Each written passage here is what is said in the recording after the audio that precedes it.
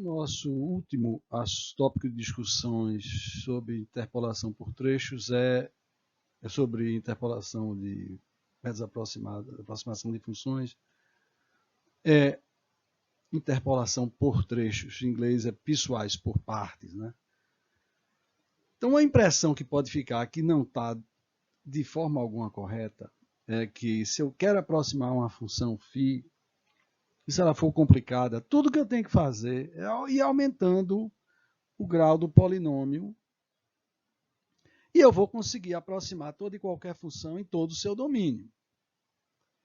No entanto, isso é falacioso, né? Há casos em que uma aproximação de ordem elevada é muito pior do que uma aproximação por trechos de polinômios bem mais simples, né?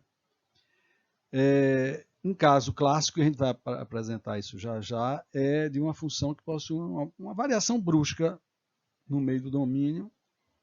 E aí, toda vez que você vai aumentando o grau do polinômio, em vez de você melhorar a aproximação, esse polinômio começa a oscilar no entorno da variação brusca. E nós vamos ver isso em detalhes. Então, esse aqui é a nossa função, que tem essa variação brusca. E vou fazer a interpolação polinomial, é claro, usando as nossas polinômios de Lagrange, né? Podia ser qualquer outro, na realidade. Então, a primeira coisa que eu faço é um polinômio cúbico. Então, eu pego 4 prontos. Menos 3,5, menos 1, 1 e 3,5. Né? Pego esses valores aqui e interpolo o polinômio cúbico. Olha como é a cara do polinômio. Não está uma aproximação boa, não, né, dessa função. Né? Na realidade, está péssima, né? Vamos aumentar o grau do polinômio. Aí lá vai eu, pego aqui esses 6 pontos, 3 de um lado, 3 do outro, e meto para cima um polinômio de quinta ordem. Né? Melhorou? Não, não melhorou. Não, então pancada forte é queimada cobra. Vamos passar para a sétima ordem. Né? Então, pego 8 pontos, meto um polinômio de sétima ordem, e você vê que não melhorou nada, ao contrário, piorou. Né? Então, esse exemplo é um exemplo, né, que evidencia o fato de que se você quiser aproximar todo o domínio, não é uma boa ideia. Né? Não é uma boa ideia, porque você pode ter esse problema, e normalmente aparece, né, nas nossas análises, um ponto de uma variação brusca, e você vai ter péssimos resultados. Nesse caso, ao invés de tentarmos conquistar todo o domínio, vamos dividir para conquistar. Então, vamos dividir o domínio em trechos e interpolar com um polinômio de grau menor. Está claro, a gente vai ver aqui, que no exemplo apresentado, a interpolação linear daria resultados muito superiores. Né? Em vez de botar a interpolação por polinômios, fazia dividir por partes e colocava retas, né? Segmentos de reta. Vai dar muito melhor do que o sétimo grau. Porém, observe que, em geral, uma aproximação linear por trechos, né, pode não ser satisfatória. Por quê? Porque vai ter, é claro, uma descontinuidade de primeira derivada. Né? Então, por exemplo, a gente vai ter um exemplo lá na frente. Né? Uma das formas mais utilizadas na engenharia estrutural para interpolação por trechos são as splines. Né? Então, spline é uma barra, antigamente se usava, né? Uma barra flexível de bambu da Índia, muito flexível, e que o cara ia querer desenhar uma estrada, uma parte curva da estrada. Então ele colocava ali uns preguinhos exatamente nos pontos onde ele queria que o eixo da estrada passasse. Aí ele sacudia ali aquela barrinha de bambu da Índia e ela se acomodava ali nos pontos e ele passava o nanquim. Antigamente se desenhava em papel vegetal e nanquim. E ele passava um nanquim. Né? Então, nesse caso, a gente vai ajustar, na realidade, nós estamos ajustando polinômios cúbicos por trechos, de forma que a primeira e a segunda derivada sejam contínuas. Porque isso é deformação, na realidade, de uma viga de madeira. Né? Então, sabe-se da engenharia estrutural que a configuração deformada de uma viga é aquela que minimiza a energia de deformação. Mas a energia de deformação depende da segunda derivada. Então, o que você tem ali é a curva mais suave possível. Com menos, você integrar a curvatura, dá o menor valor, o mínimo. Então, é a curva mais suave possível que passa pelos pontos com continuidade primeira e segunda derivadas. Então, você vê aqui, se você pega aí aqui esses 4 pontos e faz uma interpolação linear, tudo bem, mas acontece que aqui há quebra de primeira derivada, né? Então aqui você tem a primeira derivada não é contínua, isso pode não ser legal. Então você faz aqui a utilização de uma spline, né? Isso aqui é feito no MathCAD, eu vou chamar a atenção, no MathCAD tem rotinas de spline, todos os bons programas, MathCAD, MATLAB, todos eles têm as rotinas de ajustamento de splines. Então você vê que é uma aproximação muitas vezes mais suave, né? Então, ela tem continuidade tanto de primeira quanto de segunda derivada aqui nos pontos intermediários. Então, vê como é que a gente faz isso. Interpolação por trechos dessa função exata, aqui entre 0 e 2, com os seguintes dados. Então, eu vou dividir em 2 trechos, de 0 a 1 e de 1 a 2, tá? Então, eu estou entrando com o valor no ponto na extremidade esquerda, que é 0, é a sua primeira derivada. No ponto intermediário x1, estou tendo o valor, e a derivada, estou dizendo que é S. Essa vamos calcular, ela é não informada, tá? Eu não informo essa derivada, não vou, no fundo, eu não vou forçar essa derivada, certo? E na extremidade direita, o valor da função e sua derivada. Então, vamos interpolar isso por trechos, né, os 2 trechos de 0 a 1 e 0 a 2, com spline cúbica. No intervalo 0 a 1 é φ chapéu de 0 a 1, no intervalo de 1 a 2 é φ chapéu de 1 a 2. Né? A gente lembra, né, que a gente viu como é que se chegava à expressão do polinômio cúbico, né, que passa por 2 pontos, onde são informados o valor e as derivadas nas extremidades. Né? Então, fazendo esses camaradas de φ de 1, 2 igual a φ2 menos φ0. Sim, lembre-se que aqui eu estou colocando 2 pontos idênticos, né? x0 igual a x1 e x2 igual a x3. Né? Então, esse φ de x1, x2 é φ de x2 menos φ de x0 dividido por b. Então, essa é a spline cúbica. φ3 chapéu é φ de x0, φ' de x0, x menos x0, φ de x1, x2, que é isso aqui, né, que você precisa calcular logo, menos φ dx0, né, que isso é informado, x menos x0 ao quadrado, φ' de x0 menos 2φ de x1, x2, você tem que calcular esse cara logo, mais φ' em x2, isso é informado, dividido por b ao quadrado, vezes x menos x0 ao quadrado, e x menos x2. Essa é a expressão desse polinômio cúbico. Né? Então, vamos aplicar ao trecho 0,1. Então, vai dar φ de x0, que é 0, φ' de x0, que é φ de 0, x, menos 0, então é x mesmo. Né? Φ de 0,1, aquele número que nós vamos ter que calcular já aqui, que é menos φ de linha de x0, que é 0 nesse caso, dividido por x1 menos x2, que é 1, né? Ela fez x ao quadrado, na realidade é x menos 0 ao quadrado, né? Que é só o x menos ao quadrado, e a última que é φ' no lado do contorno esquerdo, mais φ' do contorno direito, menos 2 vezes esse cara aqui, dividido pelo b, né, que é 1 ao quadrado, x menos x0, que é x ao quadrado, x menos 1. Esse cidadão, φ de 0,1, é φ de 1, que é 0,5. Isso foi informado, né? Menos φ de 0, que é 0, dividido por 1, que é 0,5. Então, colocando 0,5 aqui,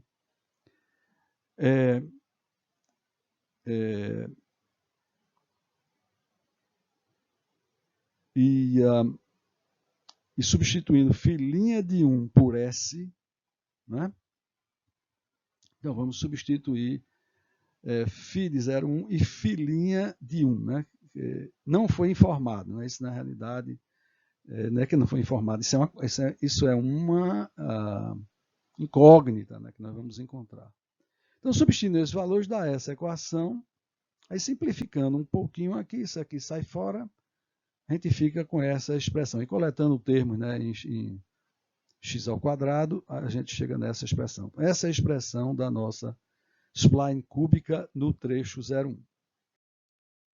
Esse, eu estou falando, φ igual a S, esse valor de S é uma incógnita. Como é que ela vai ser encontrada? Eu vou ter uma equação que eu vou em todos os pontos intermediários. Aqui só tem um ponto intermediário, mas se tivesse mais de um.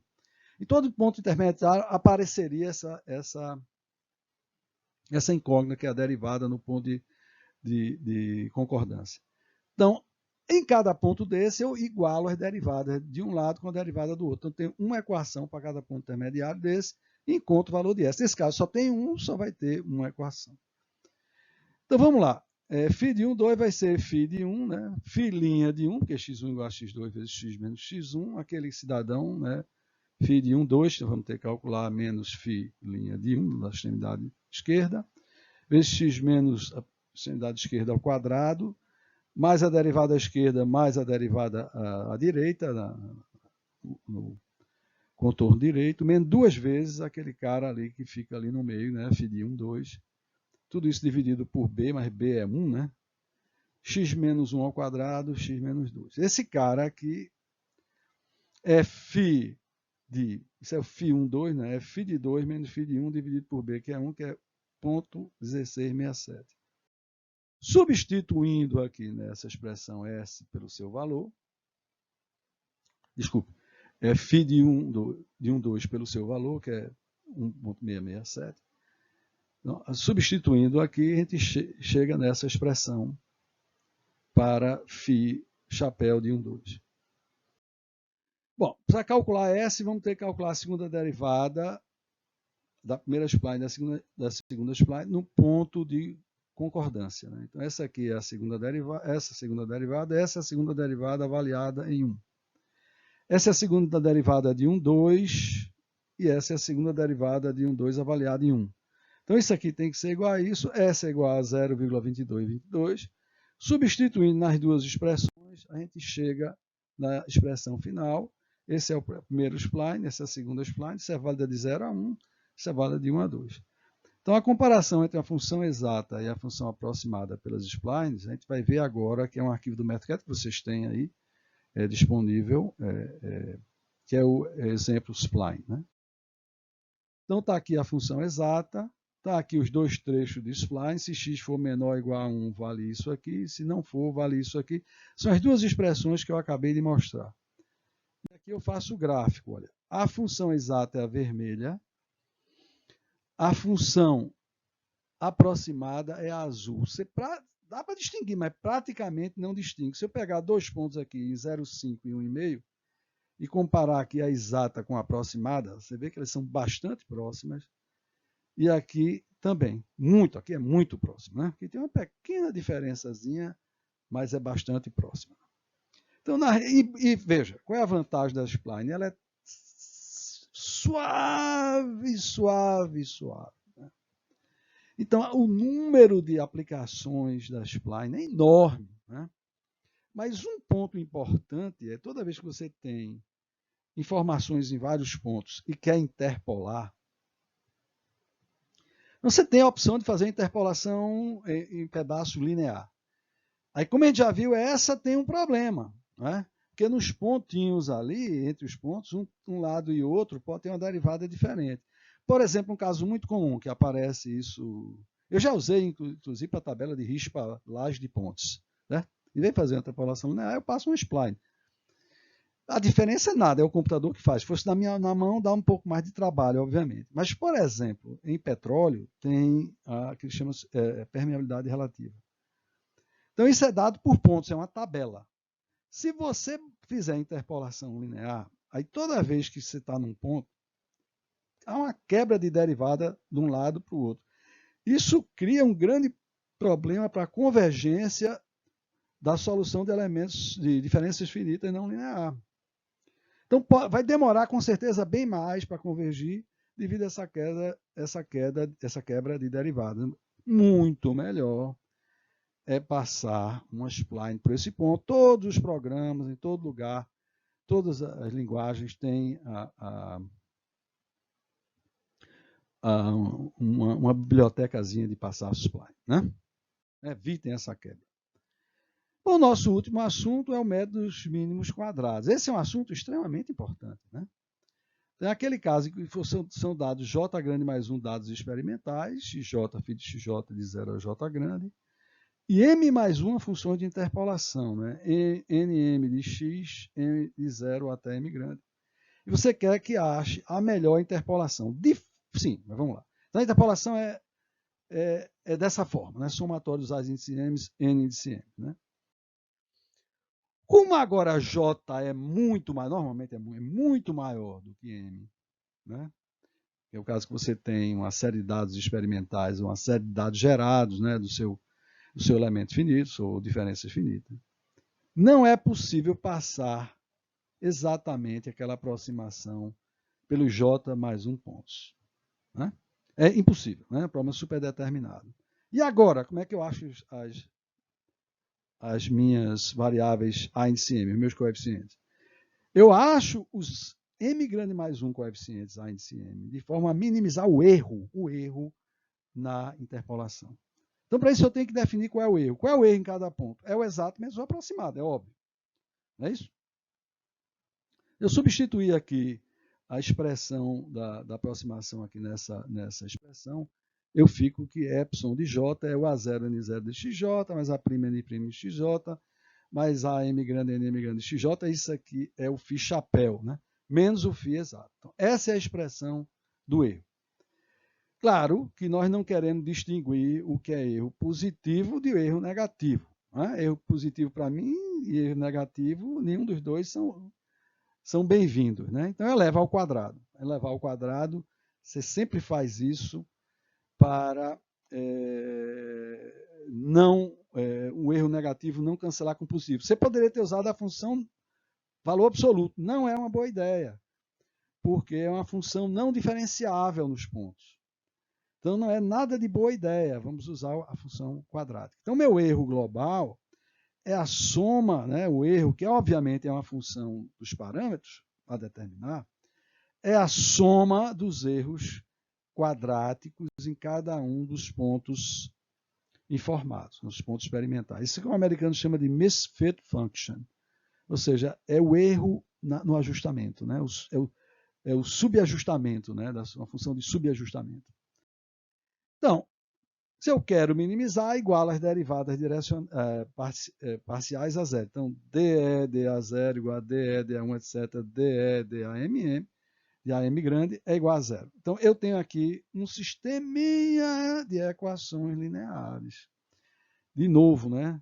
Nós vamos ver que equações são essas, mas esse nosso curso é como transformar todo e qualquer problema num sisteminha de equações lineares. Então, a derivada em relação a m é igual a zero, m variando de zero a m grande. Então, vamos derivar isso aqui. Então, eu vou derivar a soma, a derivada da soma é a soma das derivadas, mas a derivada de alguma coisa ao quadrado é 2 vezes a coisa vezes a derivada da coisa. Mas esse 2 eu posso cancelar, então eu fico que somatório de εj vezes a derivada de εj em relação a m é 0, m variando de 0 até m. Ora, quem é εj? É esse cara, a gente acabou de ver, né? E quem é a derivada desse cara em relação a m? Né? É exatamente o que multiplica a m pequeno, né? M minúsculo, né? Que é o nm de xj. Então, isso aqui tem que ser 0 para m variando de 0 até m grande. Então, destrinchando isso aqui, vou ter que A0, somatório para todo j de n0 nm em xj, somatório para todo j, né? A mais etc, mais AM vezes o somatório para todo j de m grande e nm pequeno, né? E isso é igual a somatório para todo j de φ vezes nm para todo j. Isso aqui, m variando de 0 até m grande. Então, cada valor desse de m, né, gera uma equação linear. Então, esse aqui é o nosso sistema, aqui está a notação um pouquinho simplificada. Então, aqui para m igual a 0, eu tenho somatório de n0, 0, n1, n0, nm, n0. Isso aqui é somatório para todo o j, né? J variando de 0 até J grande, né? Aqui também, agora eu multiplico por N1, aqui eu multiplico por NM, maiúsculo, né? NM grande. Aqui estão as minhas incógnitas, e aqui o segundo membro, que é a soma de φ exato, né? O φ experimental, vezes o N0, vezes o N1, vezes o N1, somatório para todo o J. Então, isso aqui é o sistema de equações, onde eu vou encontrar as minhas incógnitas A. Então, K de MK é o somatório de NK e NM, a ordem não interessa, esse sistema é obviamente simétrico para todo J, e o segundo membro nada mais é do que a soma para todo J de φ experimental vezes o N de M, né? Então, isso aqui para todo J. Vou melar um pouco as mãos, as equações acima são denominadas equações normais, e a matriz é obviamente simétrica, me chamou a atenção. Então, seja ajustar um polinômio do segundo grau, então só tenho 3 incógnitas, aos pontos experimentais aqui abaixo, né? Então, eu tenho 5 pontos experimentais e só tem 3 incógnitas. Então, A0, 1, A1x, A2x2, então as minhas funções de interpolação é 1, x e x ao quadrado. Então, n de m de x é x elevado a m. Então, o resultado pode ser visto aqui no problema no arquivo do MathCAD. Eu tenho 4 valores fornecidos, né, e tenho de 0 a 2 coeficientes. Tenho 3 coeficientes. As minhas funções de interpolação é nm de x igual a x elevado a m. É claro, esse m devia estar aqui embaixo, mas o MathCAD não pode fazer. Parece que até pode, mas eu acho chato isso. Então, vamos gerar as equações normais, K variando de 0 a m, né? Então, eu tenho, o m já tem o m já está variando de 0 a m grande, e esse aqui também vai ficar indexado de 0 a m grande, né? Então, A de MK é somatório do NK vezes o NM, para todo J. E o B de M nada mais é do que o NM vezes o XJ, né? Vezes o φJ, não é exato, né? Aqui é o segundo membro. Aqui está a minha matriz, que ela é simétrica. Aqui está o segundo membro. Resolvi estar aqui os valores das meus coeficientes. Isso aqui é a função aproximada, né? E aqui eu passo a função, e aqui eu tenho os pontos informados, os pontos experimentais informados. Isso é a melhor polinômio quadrático que passa, né, o menor erro para os pontos informados. Bom, uma semana para fazer essa quarta lista de exercícios. É dada a função exata 1 mais 1 mais 25 de x ao quadrado, entre menos 1 mais 1. Então, encontrar a função aproximada para os seguintes casos. Um polinômio do quarto grau passando por esses 5 pontos, né? Depois, φ, duas splines entre 1 e 0 e entre 0 e 1, usando como dados φ de menos 1, φ de menos 1, φ0, φ de 1 e φ de 1. É claro que eu não vou informar, é o S, é o famoso S, que é uma variável, né, que é a derivada no ponto de concordância das duas splines. Um polinômio do quarto grau, usando a técnica dos mínimos quadrados, e 11 pontos experimentais. Então, vai gerar 11 pontos com essa expressão aqui. São 11 pontos igualmente espaçados. Você calcula o valor da função exata e faz um mínimos quadrado. E φ-chapéu é um polinômio do 10º grau passando pelos pontos, então, pelos 11 pontos, né? Então, eu tenho 4 aproximações. Então, o que é que eu quero que você faça? Eu faço para cada aproximação um gráfico, comparando a função exata e a função aproximada, né? E, no fim, todas as funções quanto à função aproximada, para a gente ter uma ideia do que é, pelo menos, não diga melhor, mas menos ruim, né? De aproximação. É isso aí. Isso aí vocês têm uma semana para fazer.